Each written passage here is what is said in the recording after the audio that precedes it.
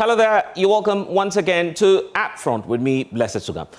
The man you see behind me is Ghana's former finance minister, Ken Ofori-Atta, who is now being detained by U.S. authorities, purportedly on grounds that he may be violating the laws of the country regarding immigration. The whole nation now is talking about Ken Ofori-Atta, who's been away from the country on what his lawyers tell us is based on health grounds in the United States. He's had a banter with the Office of the Special Prosecutor, and subsequently, Ghana's government triggered an extradition request for the former finance minister.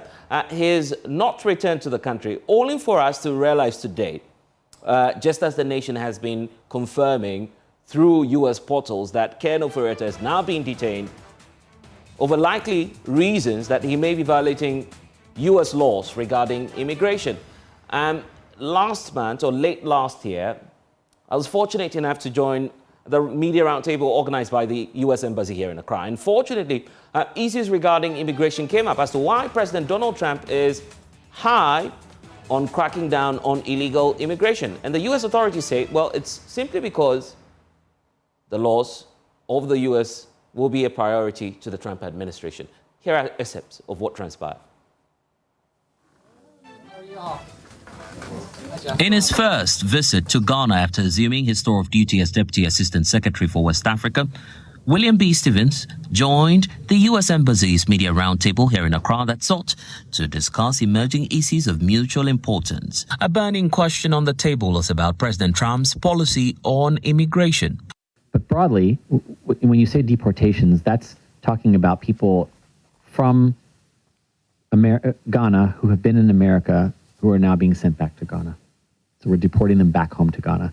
And that is broadly, or any country, right? They've come to our country, they may have violated an immigration law, they've stayed illegally, they may have committed a crime and served their time and now are being sent home because they're no longer have valid status as a non-immigrant in the United States. So that's that. Then you have these people who have come to the United States and have abused the migration system, but have, for some reason or another, an inability to go home to their home country. And that is, and then finally we have, and I don't believe this applies in Ghana, but we have people who are coming to the United States to seek refugee status. And essentially, we're asking for some countries around the world to say, well, we know that the United States doesn't have room at the moment for these refugees. Would you be willing to go to? And then we have entered into agreements with countries around the world where people can go as what's called a safe third country agreement, where they can go and say, well, I can't be a refugee in the United States, but perhaps I could go to Malawi. I'm making it up. But, and we believe that some people would say, well, actually, I just really wanted to go to the United States. And we have seen, President Trump's made it very clear that people have been abusing our migration system for many, many years, to the point where we have hundreds of thousands, if not millions of people in the United States illegally. And that's what this is about. It's about the president's priority and why we have focused on it around the world in protecting our borders and enforcing our laws. And we're grateful to our partners who have helped us do that. Already, authorities in the U.S. have confirmed the detention of Ghana's former finance minister, Ken Ofori-Atta, who is being tried in absentia by the special prosecutor. Ghanaians earlier raised questions before Ofori-Atta's detention as to why the U.S. government was unable to immediately extradite the former government official. We are always open to receiving extradition requests. That is absolutely a firm part of any good bilateral relationship. It's certainly ours. The process of evaluating an extradition request is on the American side is very well established. And it is not generally very quick. And so we receive a request. It goes through the various mechanisms that we have to undertake. But the door is always open for those requests. There's no individual case that can be prejudged because U.S. judges make decisions on it. It is unclear what the future holds for the former finance minister, but what remains is the third state agreement between the government of Ghana and the United States to receive West African deportees from the United States.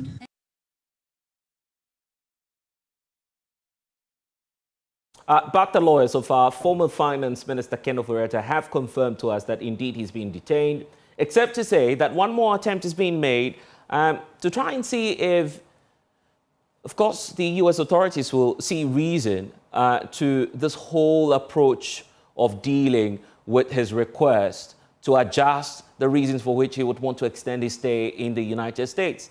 There are varied legal opinions on this matter, a reason for which we're expanding the conversation to look at this whole story of Ken Ofori-Atta. I want to start off with one man who's quite conversant with the U.S. He spent quite a considerable number of years in the United States, educating himself there and, of course, working there as well. He ended up on our ballots one time as an independent presidential candidate. Kofi Kranting is joining us now, I believe, from the U.S. Kofi, where you are, listening and watching and reading all of these matters unfold.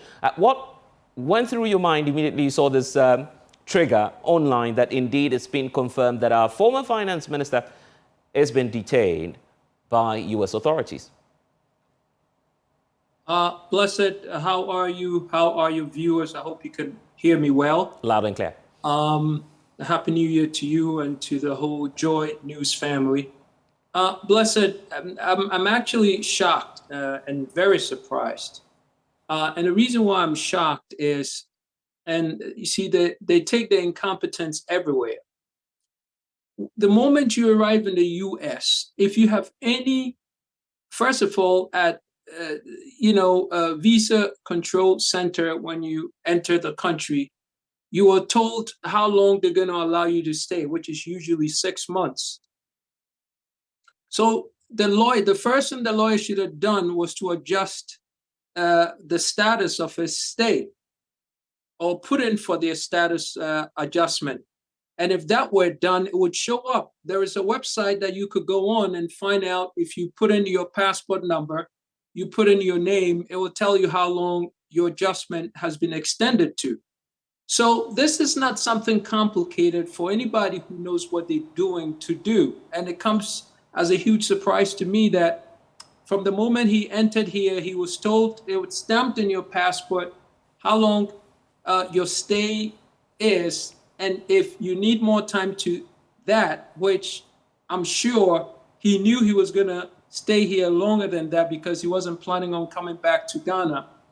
He should have, the first thing that lawyer should have done was, put in for an adjustment of his status, and they didn't do that. So I'm questioning, is this for real, or was this something they just thought about in the last minute and say, hey, listen, this is going to fare up good in Ghana because we don't want you to go back anyway. So why don't we make something up and let it seem as if you've been, arrested by immigration and border control agents, so that we could, it takes and it bends to the narrative that they want to create, that he's not able to come back home because now he's in the custody of ICE. Okay, so let's clear this off. Let's clear this off the table. I'll ask you about ICE shortly, and the reason for which I'll ask you about that is, the conversation around whether or not there's a dramatic shift in the immigration laws of the U.S.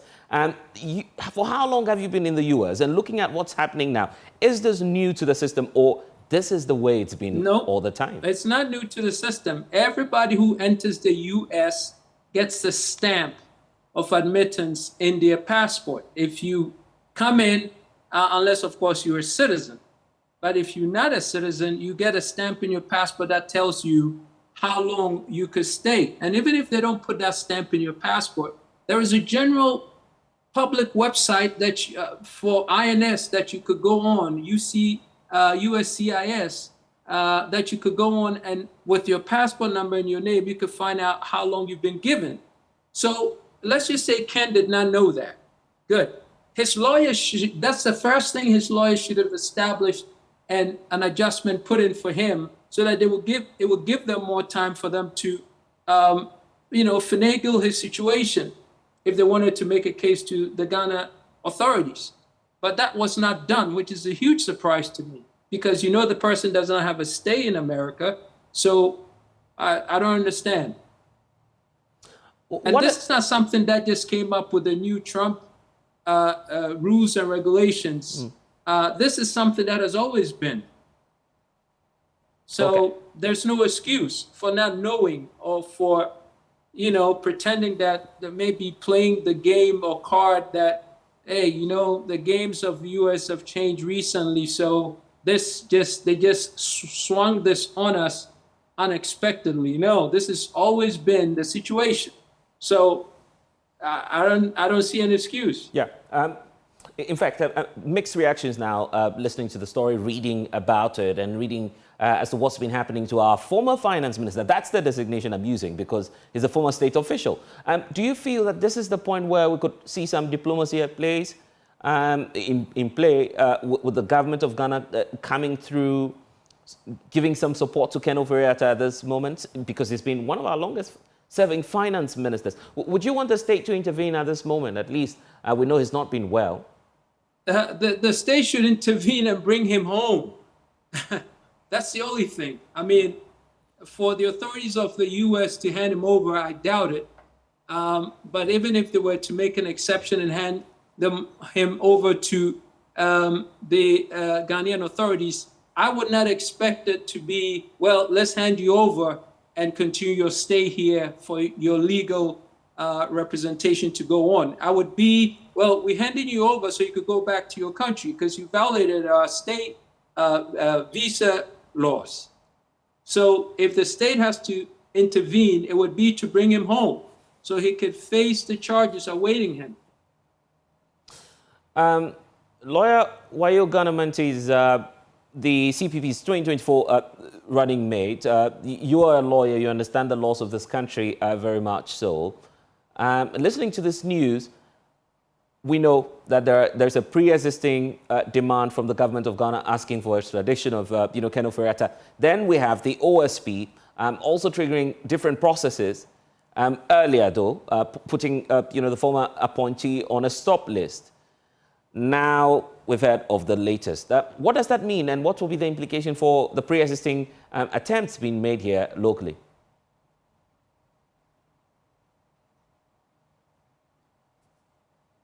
And kindly unmute so we can hear the points you're making.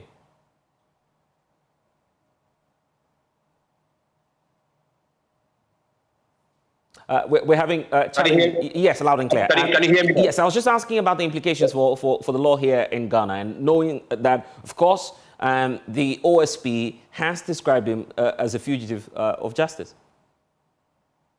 Thank you very much, and good evening to your cherished listeners. And let me say Happy New Year to you, my brother, and your team, and to our cherished viewers as well.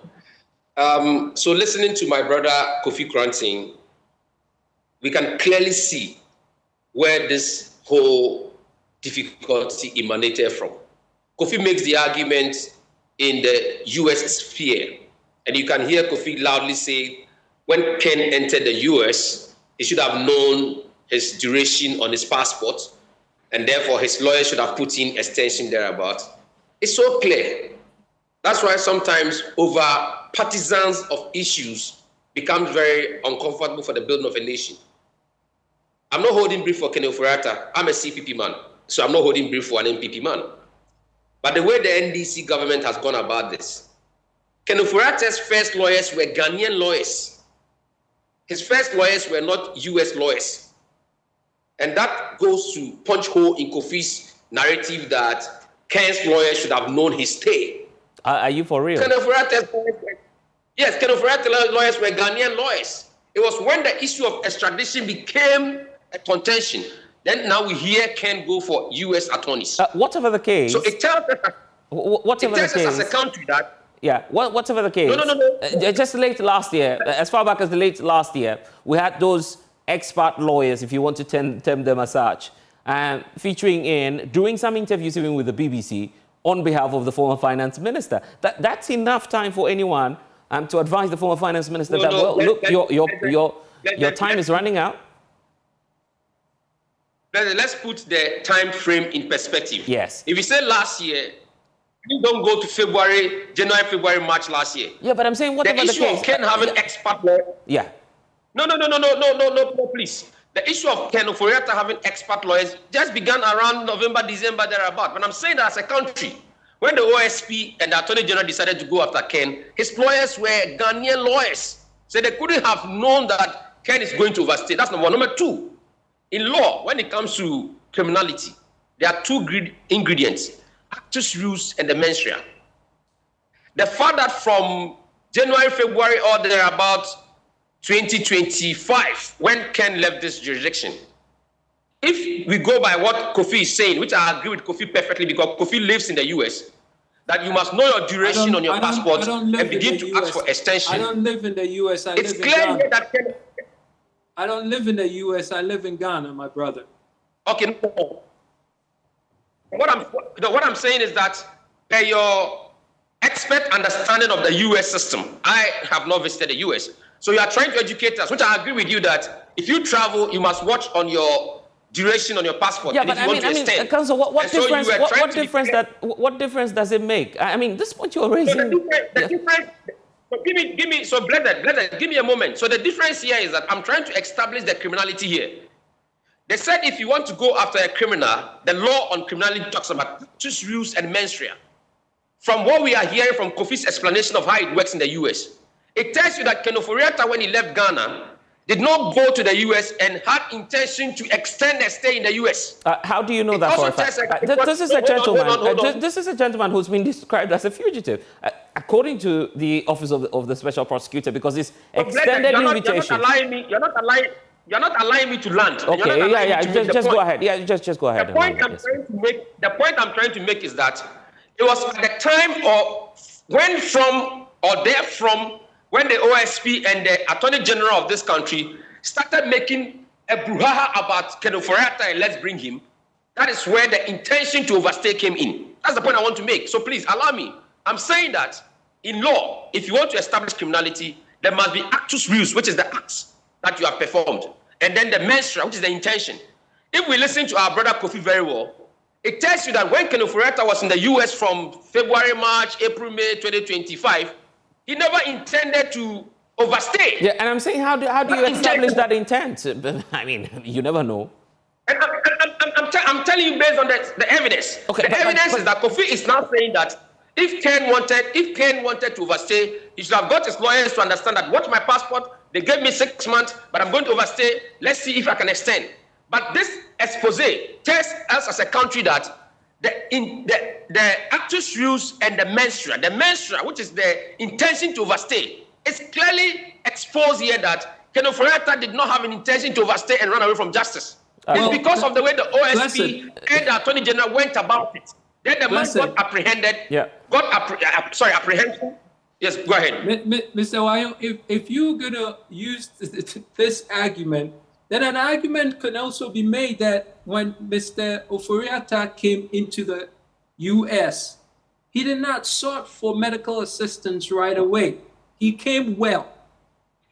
You with me? It was maybe a bunch of months after he'd been in the U.S. that it became an issue that he had a medical emergency that he had to stay. So what I'm saying to you is you can't use that argument because he's responsible for knowing when he has to return. He was made to know at the time he entered the country that you have to return to your country on such and such a date. And if you came to the U.S. thinking, bear with me, and if you came to the U.S. knowing that you were going to go back, there was nothing wrong with you, then you should obviously have not stayed that long. You waited for a couple of months after before it became absolutely necessary that you would tell the Ghanaian authorities, not the U.S. authorities, the Ghanaian authorities that you had a medical emergency that you had to stay for. You see what I'm saying? And there was no reason. So my point is there was no reason for him to leave that hastily to the U.S. right after Mr. Muhammad. Kofi, I've heard you. I'm not debating you on this much. I'm simply saying that in criminality, you must establish. Yeah, why are you concerned about the intent now when he's in violation of the law according to the U.S.? Kofi, kindly unmute. No, not Kofi, but obviously this should be Ghana Manti. Kindly unmute so we can hear the points you're making. But the point about the intent should not matter to us, is it? Because now the U.S. authorities are confirming that he's in violation of probably the allowed timeline for him to stay in the U.S. No, you see, the point I'm simply making is that the OSP and the Attorney General. It's the way they went about it. That is why we got to a point where Ken Ofori-Atta now thinks that he wants to overstay. I'm simply making a point that if you listen to how Kofi is explaining to us how the system works, when Ken left in January, February 2025, thereabouts, and I think, Kofi, you must get the facts right, if my fact is right.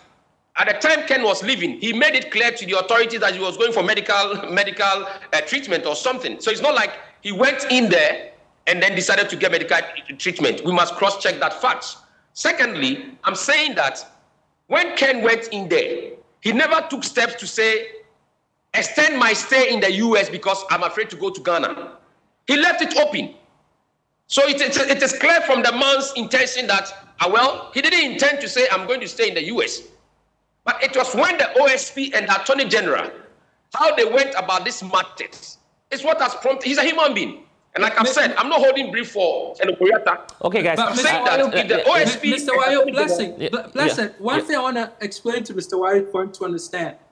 In the US, how it works is this. If you come in for, this would be a case of medical tourism, okay, because he's not from the US. So if you come in, one of the things in preparation for your medical emergency or medical situation is they will take your passport from you, find out what type of visa you have and how long you have, and make sure that it's consistent with the care that you are going to have, because you're going to upfront in terms of payment. So let's just say, Mr. Wayo, let's just say, work with me here. When Mr. Ofori-Atta came into the US, he came in with a medical emergency, as you were saying. He checks into a medical facility. They prep him for whatever medical emergency he has, and they find out that, hey, listen, this intervention, or to get you from where you are to at least to a point where you can leave the shores of the US to go back, is going to take you 8 months, because they needed his passport to establish payment. They would know. There is a department in every hospital that does that. So the administrative department of the hospital will know that, hey, listen, it's because we are taking money from a person who's an immigrant, we would have to put in an adjustment of status with the USCIS, so that it would not be as because let me tell you why this is important. So Kofi, you're kind of concluding. You're kind of concluding. Mr. can sue the medical facility that took him in, saying that he did not know this care was going to take this long. He checked in thinking it was going to be within the time of the extent of his visa for him to go back to Ghana, and the medical facility extended it past because perhaps they wanted to take an excuse to take more money from him. So Kofi, basically what you're trying to tell us is that if indeed our former finance minister was on continuous care at any health facility in the US, he wouldn't have been having the issues now. No, they would just call it. Listen, if it's a medical facility, they have a direct contact with USCIS, and they will adjust the status. Simple. But that's not what happened. So I'm just going back to Mr. Wayo to tell Mr. Wayo that, listen, whichever way he wants to dice this thing, there is no way out. He's totally guilty. Okay, so him and his attorneys, both. So what's the way out now? What's the option for him? You said there's no way out, actually. For who? For Mr. Ken? Yes. Mr. Ken, the guy's a fugitive. He has to come back home, like all the hundreds of the other MPP folks who are running away. We can't find anybody around. They have to come back home. Are you sure they're running away? I mean, who's running away? Well, if they were not running away, then, of course, Mr. Mahama and his NDC are not doing the job that they need to do. It's because they have cost us 760 billion cedis of debt. And bless it. One thing that I want to make clear, see, our attitude as a country has always been to wait for the problem to happen and then attack the symptom. This is attacking a symptom. Why don't we start thinking as a leadership in government and block these holes so that we don't hemorrhage, so that if we have somebody like a Ken Ofori-Atta takes office, we wouldn't have to wait for him to totally decimate our financial systems and now send a whole team going after him. It just doesn't make any kind of sense. And plus, Blessed, while you're at it, isn't this the same NDC folks who approved his nomination when Mr. Akufo-Addo appointed him? It's the same NDC. He had filled for the first term of the MPP. And the NDC knew without a doubt that Mr. Ken Ofori-Atta was a liability to the state. But they still went ahead and approved him for a second term as a finance minister. So now who is to blame? Who is to blame? And this is my point. Why wait for the problem to happen? They could have totally said, hey, we weren't going to accept Ken Ofori-Atta's nomination. Give us somebody else, because he has shown us their records. And Blessed, if you were to go back to 4 years of the first administration, first term of the MPP, you can look at Ken Ofori-Atta's decision-making and red flag it right there and then. The NDC approved them. And now he comes and screws things up, and now you chasing after him with our money still, which doesn't make any kind of sense. So that's my point. And I'm sure Mr. Wayo will agree with me on that one. Yeah. Right, Mr. Wayo? You agree? Yeah, Blessed. You see, the fundamental agreement we all have as a country is that when public officials are entrusted with the trust of the people, especially when it comes to our funds, if you go out there and misuse and misapply our funds, that gives the nation a greater detriment. We all agree.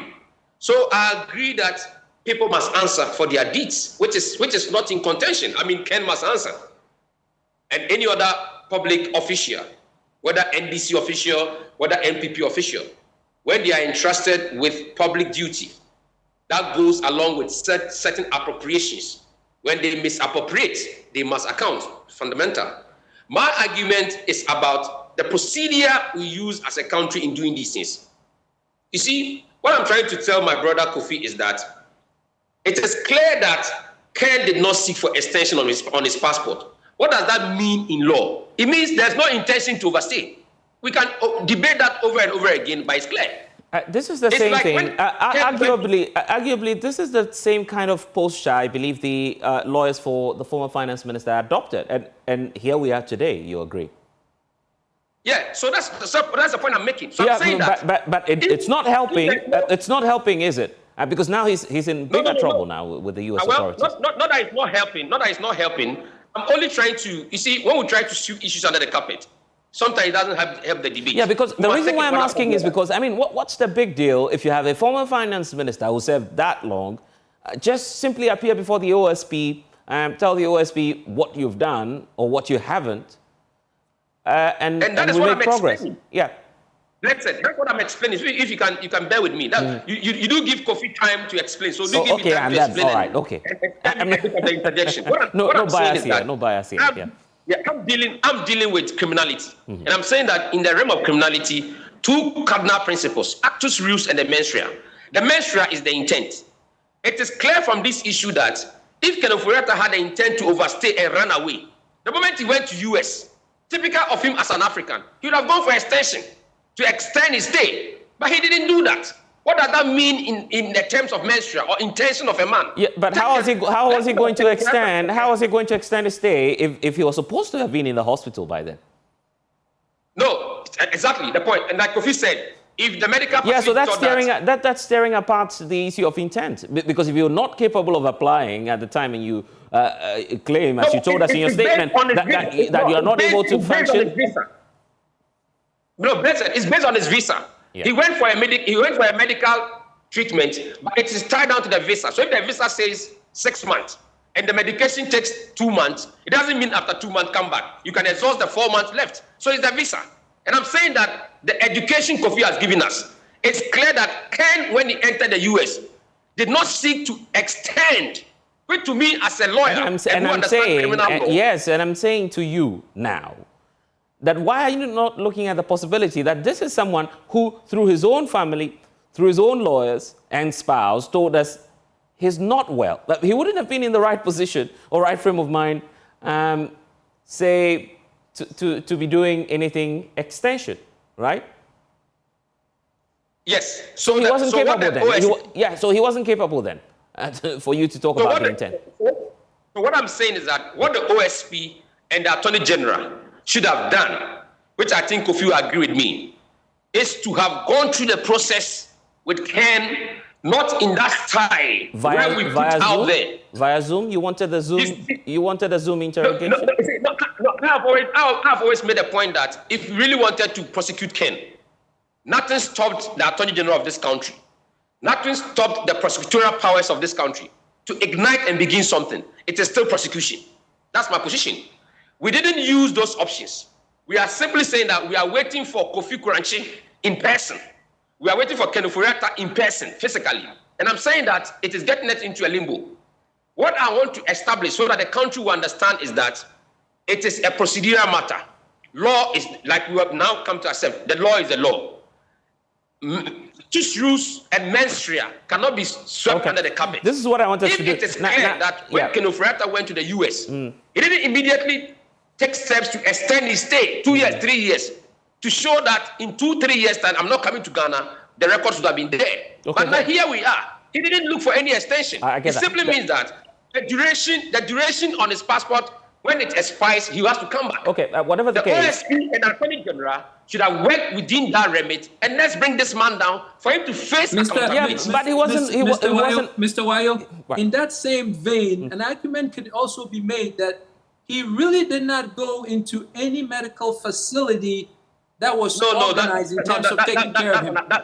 Yeah, but how do you know? Assumption. How do you know? Because listen to me. Because if he did, one of the first things they will establish is his identity through his passport, and the administrative sector of the medical facility would have known that he had a stay his stay, not his visa. They're two different things.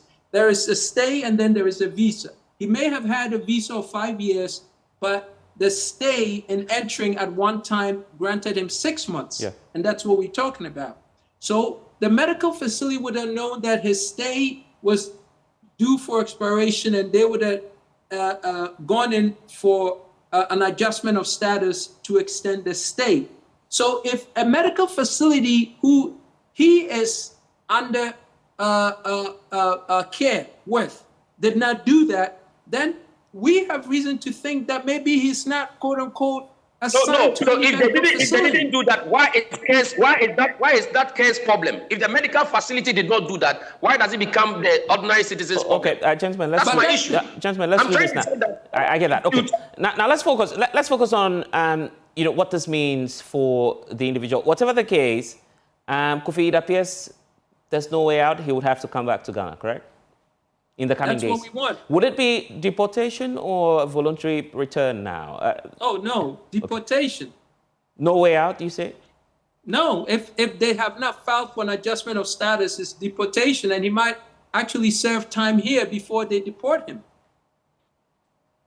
Oh, okay. So it's not coming that fast, is it? Yeah. Yeah, go ahead.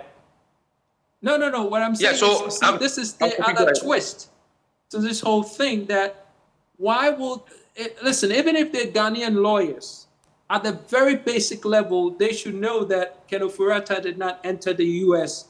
as a citizen or as a permanent resident. So he had a visa that granted him some weeks, a period of time for him to stay. So their competence should, in terms of doing their cross checks, dotting the I's and crossing out the T's, should have told them that these are some of the first things that you do. But they didn't do it. You see? So and that's why possibly I'm bringing in the angle of the state intervention. We saw the ambassador to the U.S., Ambassador Smith, visit some of the ICE detention centers across the U.S. Obviously, you would be conversant, I believe, with where our former finance minister is being kept now. At least some diplomatic solution. You bring him down, and he's already facing charges here. Yeah, so what I'm saying is listen, he's going to serve. I don't know how long. It depends. This is a high-level case. So after serving, then he'll be deported. That's what happens. That's the normal progression of, situations like this. Except to say that he opts to return to the country. Even if he decided that he wanted to return, he would have to. U.S. don't play around, man. Listen. He would have to serve a term, unless, of course, I don't know, diplomatically, some agreements are struck. But other than that, he's going to serve the term, and then, if he's not lucky, maybe go through Guantanamo. God knows where. Come on. Listen. This is a former finance minister. He's not as extreme as you want to make him. He's not a terrorist. I mean, for Christ's sake. He's not. He's not. You are giving all the time. You are giving all the time to Kofi. Okay, here we go. I'm sorry, Kofi. Kofi, you'd have to be quiet for 5 more minutes. Let's listen to. and you see, Kofi's trajectory is clear. Everybody watching you this evening, your wonderful show this evening, will know where Kofi is coming from. And see, what are you suggesting? I mean, why are you sort of suggesting that he's against the former finance minister? All the submissions are very clear that accountability and the NDC. But you see, the point is that fundamentally, I agree with him. Accountability is very clear. Whether NDC, MPP, CPP, we must be accountable for public duty and appropriations. What I'm trying to say is this. For instance, like you said, whether the man is going to come back or not, I think that two things are going to outplay here legally. Already in the system, there's some extradition legal regime ongoing. Then all of a sudden, ICE goes in there. Immigration, Customs Enforcement, whatever they call it, that is right, goes in there, and all of a sudden we hear Ken has been picked up. And then you rightly said that it seems our ambassador, Victor Smith, His Excellency, is moving in there, visiting places. I would want to say this quick and smart apprehension of Ken under ICE is an NDC projection. I'm just saying it. But that is not what it is. Forgive me on that. We don't have evidence on that, do we? Are you saying, okay, and let's look at it this way. Are you possibly saying that the person who might have triggered the lead to the ICE team in the US is an NDC man or woman? Is that what you're trying to say? Or this is entirely an NDC operation? That is what I'm inclined to believe. Do you have evidence? You and I as Ghanaians. Do you have evidence to what you're telling us now, sir? But I'm saying I'm inclined to believe, and this is politics. I'm inclined to believe politics, diplomacy, all mixed together. There are so many Ghanaians in the US today, not Ken Ofori-Atta alone, whose visa will not be up to date. In fact, there are people who are in the US today, Africans, and let's cue it to Ghana, whose visa or whose stay in the US have expired 1 year, 2 years, 3 years, some even 5, 10 years, they are there, Kofi knows. But ICE have not gone for them. But yet, Ken Ofori-Atta, for whatever reason, ICE has fished him out. That's interesting, but let's put that aside. But I'm saying that... Yeah, but you see, the same way, Mr. Wyatt, the same way Ken Ofori-Atta did not do things right as the finance minister, because this is so basic. If you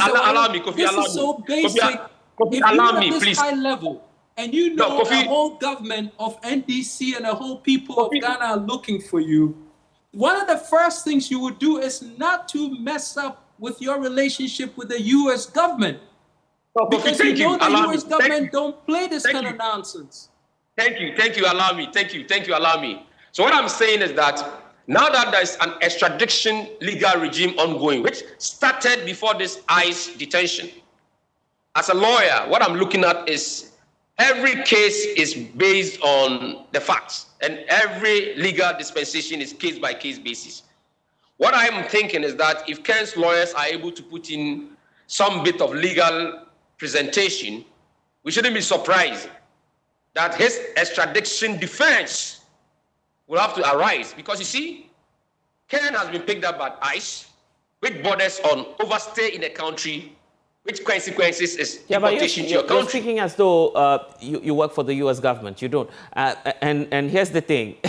we just can only hope that things do not go wrong. So you're being positive. That's all you're doing for now. Let me because you can't speak on authority. You can't speak on authority as to what the U.S. would do. No, I'm speaking based on the clash of legal regimes. I get your point. Yeah.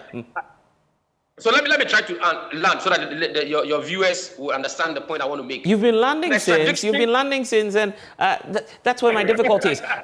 Okay, so let's do this. How about... So Blessed, hold on. What I'm trying to say is that because of the extradition regime which has already kick-started, which is time advanced than the ICE detention, if Ken's lawyers put in the argument that, yes, you've arrested him for his overstay in your territory, but already he's here before your courts with competent jurisdiction saying that going back to that same place you want to send me to have a problem, and I'm telling you, and we must watch it, the extradition legal regime, if we are able to put it clearly, will now outweigh the way people think ICE arrest will bring Ken back. Anyway, that's what his lawyers are telling us in the statement that we've all seen.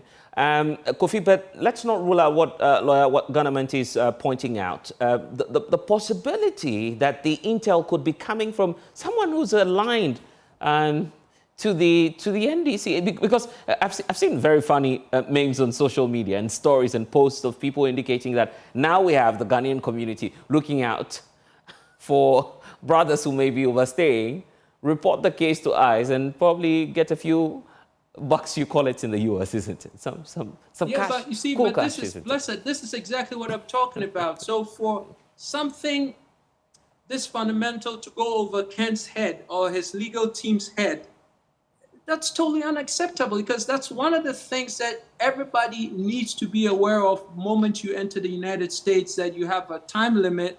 Whatever your situation is, if you don't put in for an adjustment, do not mess with that time, because once you do, you're not coming back into the U.S. again.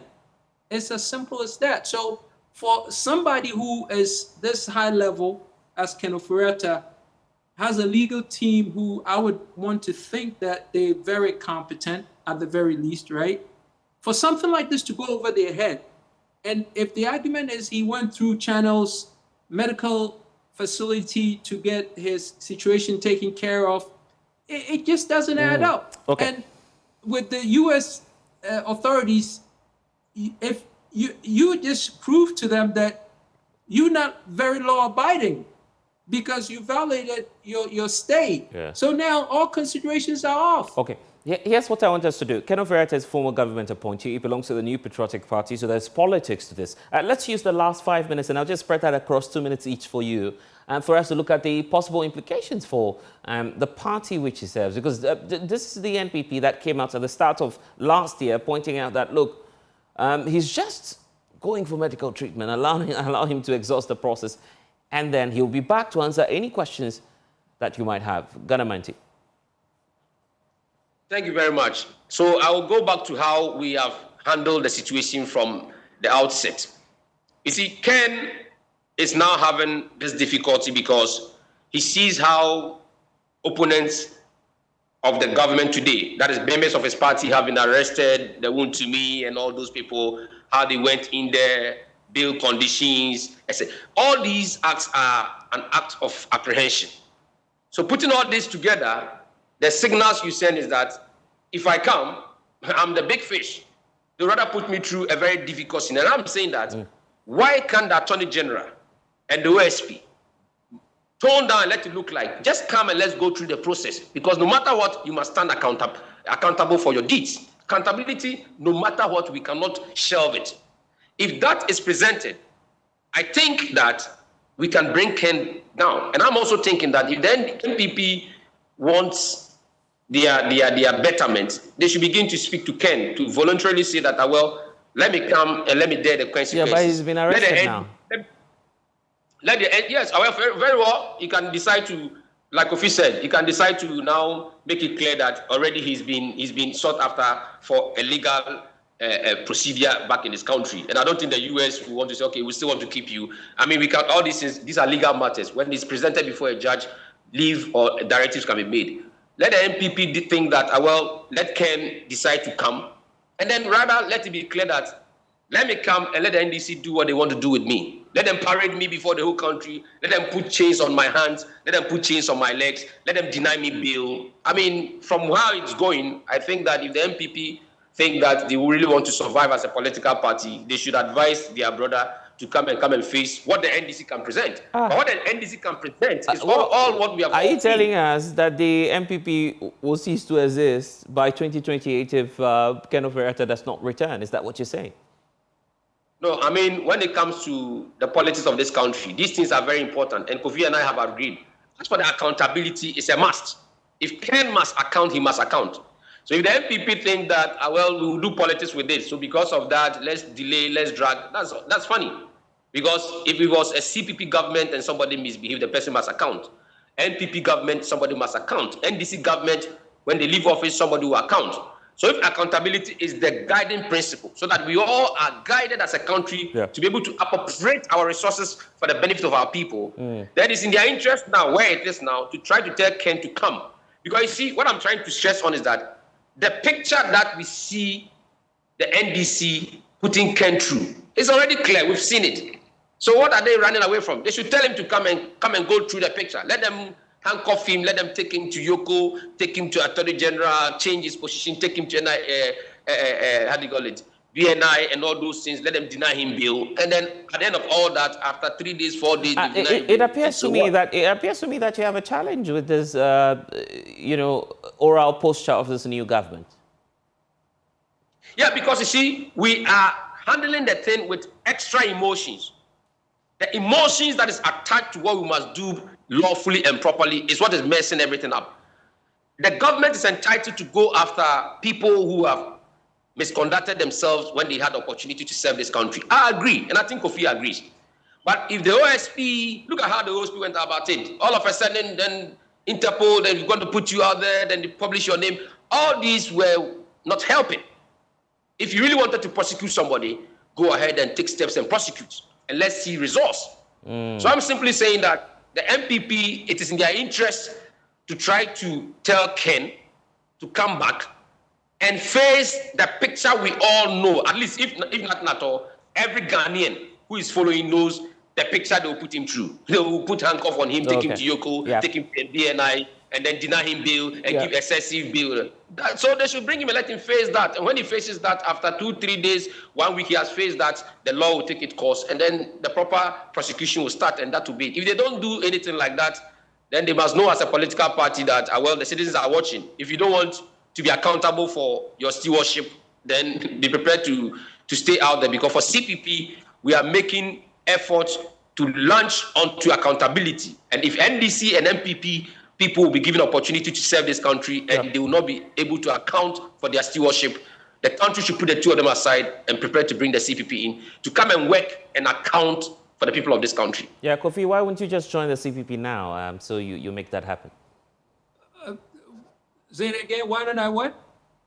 Why wouldn't you join the CPP now and make that happen? Listen, the CPP is made up of two factions. Half is NDC, half is MPP. I don't believe a thing of what they say. Are you sure about that? And this is why... No, I am not.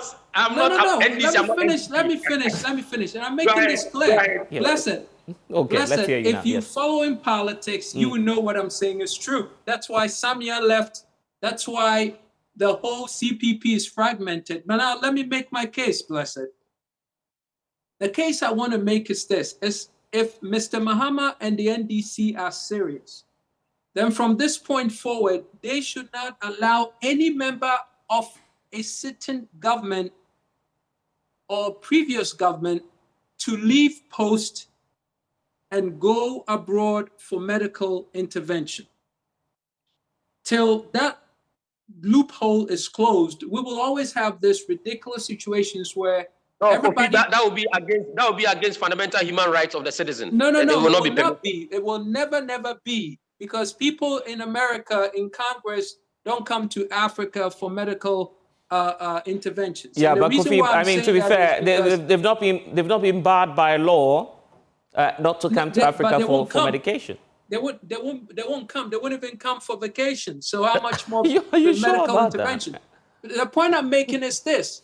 we have opened the doors of our Constitution wide open, and we've attached it with these sexy little hints of things in the Constitution that allows people to really abuse it. The vice president gets sick, she gets flown first class abroad for medical. Why don't we have the best of our medical staff? If you go to the US... Yeah, Kofi, we are running out of time, yeah. Yeah, I know. We have more medical professionals in the Bronx than we have in the whole of Ghana.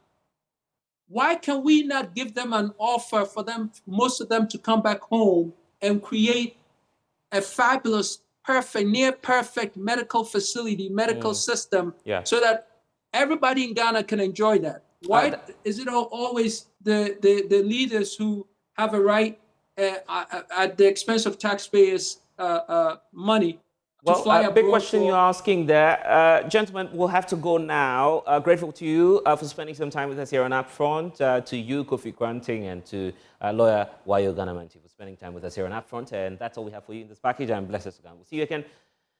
Just log on to myjoyonline.com. That should be your safe spot for all of the updates on this story. See you again. Bye-bye.